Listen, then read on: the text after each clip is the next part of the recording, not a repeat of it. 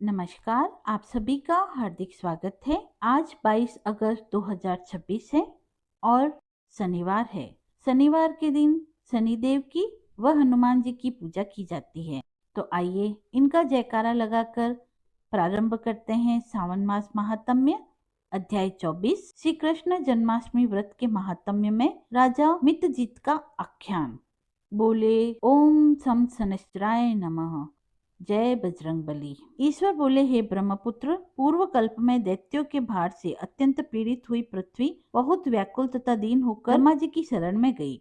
उसके मुख से वृतांत सुनकर ब्रह्मा जी ने देवताओं के साथ क्षीरसागर में विष्णु जी के पास जाकर स्तुतियों के द्वारा उनको प्रसन्न किया। तब नारायण श्री हरि सभी दिशाओं में प्रकट हुए और ब्रह्मा जी के मुख से संपूर्ण वृतांत सुनकर बोले, हे देवताओं, आप डरो मत। मैं वसुदेव के द्वारा देवकी के गर्भ से अवतार लूंगा और पृथ्वी का संताप दूर करूंगा। सभी देवता लोग यादवों का रूप धारण करें। ऐसा कहकर भगवान अंतर्ध्यान हो गए। समय आने पर वे देवकी के गर्भ से उत्पन्न हुए। वसुदेव ने कंस के भय से उन्हें गोकुल पहुंचा दिया और कंस का विनाश करने वाले कृष्ण का वहीं पर पालन पोषण हुआ। बाद में मथुरा में आकर उन्होंने अनुचरों सहित कंस का वध किया।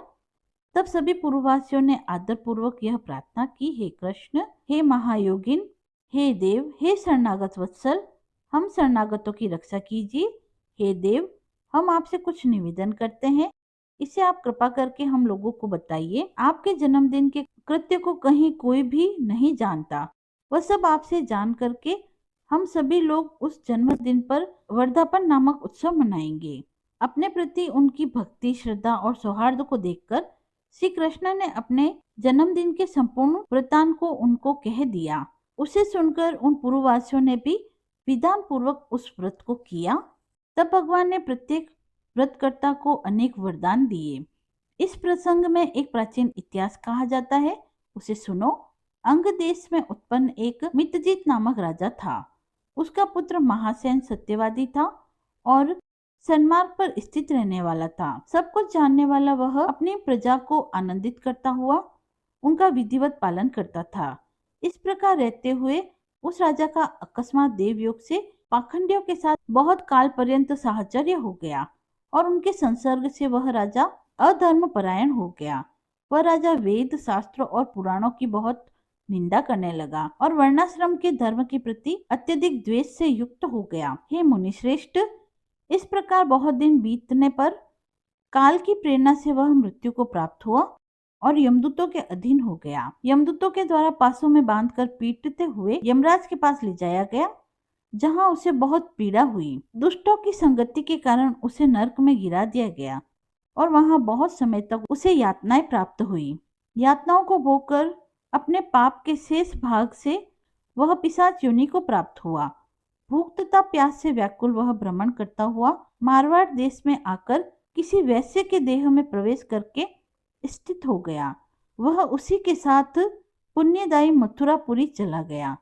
वहां समीप के रक्षकों ने उस पिशाच को उसके ग्रह से निकाल दिया।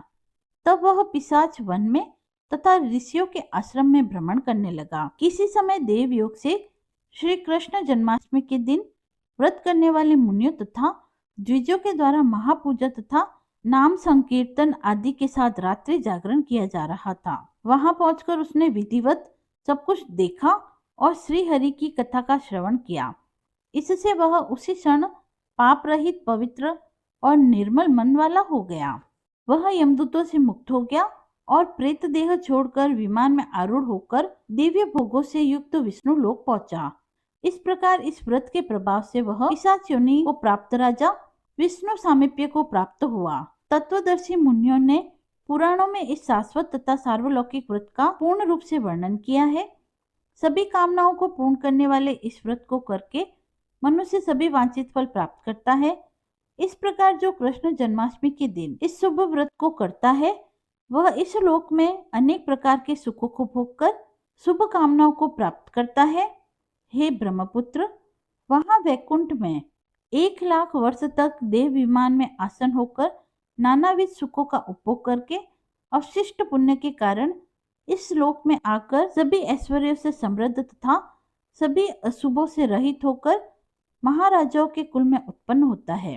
वह कामदेव के समान स्वरूप वाला होता है। जिस स्थान पर कृष्ण जन्मोत्सव की उत्सव विधि लिखी हो तथा सभी सौंदर्य से युक्त श्री कृष्ण जन्माष्टमी किसी दूसरे को अर्पित की गई हो अथवा उत्सव पूर्वक अनुष्ठित व्रतों से श्री कृष्ण की पूजा की जाती हो, वहां शत्रुओं का भय कभी नहीं होता। उस स्थान पर मेघ व्यक्ति की इच्छा करने मात्र से ही वृष्टि करता है। प्राकृतिक आपदाएं उसका कुछ नहीं बिगाड़ पाती।